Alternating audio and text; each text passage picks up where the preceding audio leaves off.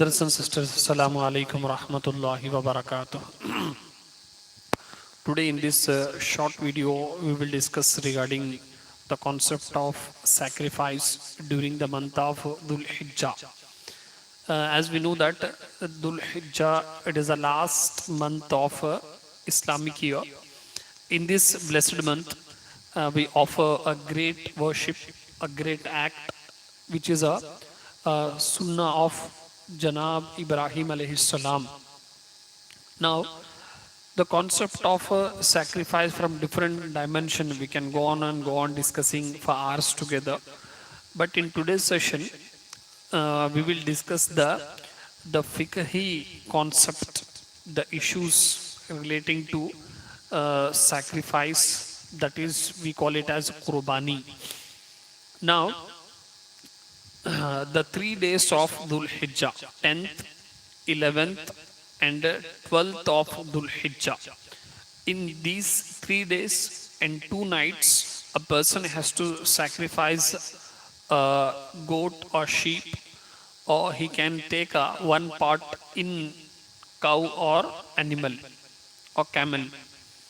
These are the 2 to 3 specific animals which we can slaughter, which we can sacrifice to fulfill this obligation of a sacrifice.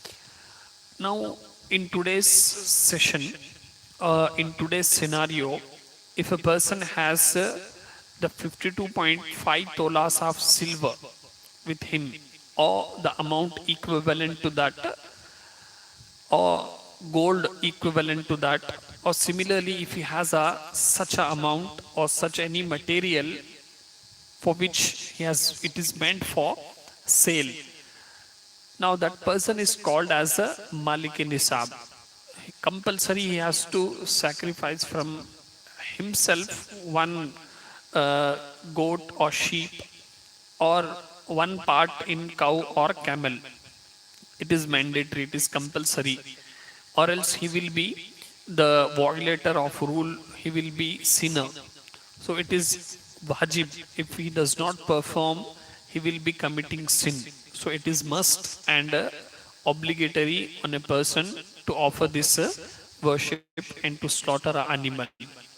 Now, if a person is not mature, that is girl below 9 years and boy below 12 years, he is not eligible, and it is not compulsory, it is not mandatory on children to offer this worship, that is to slaughter an animal. From his side, it is not compulsory. Now, Prophet Sallallahu Ta'ala Alaihi Wasallam, when it is asked about the slaughtering, that is this sacrifice, so the companions, the Sahabas, when they asked Prophet Sallallahu Alaihi Wasallam, what is this sacrifices? What is this slaughtering animal? So Prophet Sallallahu Alaihi Wasallam replied that it is a tradition, it is a sunnah, it was a practice of your father Ibrahim alayhi salam. And Prophet Sallallahu Alaihi Wasallam said that it is narrated in Hadith, if a person on whom it is obligated, who is the Malik Nisab, on whom it is mandatory to slaughter animal, if he does not offer this worship, so he should not come near to our Eidgah. He should not come to our Eidgah. He should not come to our mosque. So such a categorical statement. It means that it is such a great sin that the person has to stay away from the mosque on the day of Eid.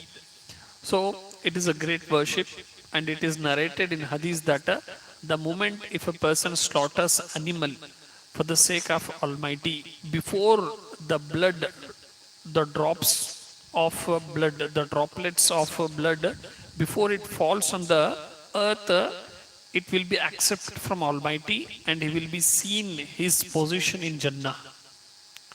So, and he will be rewarded each hair of the animal. How many hairs are there? He will be rewarded the equivalent reward from Almighty, the person who is slaughtering the animal, from whom the animal is sacrificed.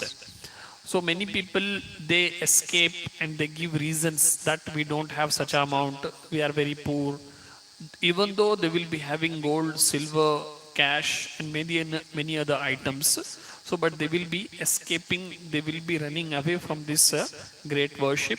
So it is mandatory that we should first of all assess ourselves. We should calculate our properties, our cash, and our extra items whatever we are having, so that we can arrive at a conclusion whether it is mandatory or not on me to slaughter animal. Then you will be free from this worship, or else you will be answerable, you will be questionable. Even the negative consequences of not slaughtering you will see in this dunya also, even at the time of death, even in grave, even on the day of judgment.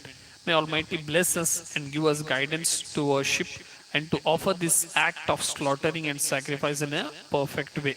Assalamu alaikum wa rahmatullahi wa barakatuh.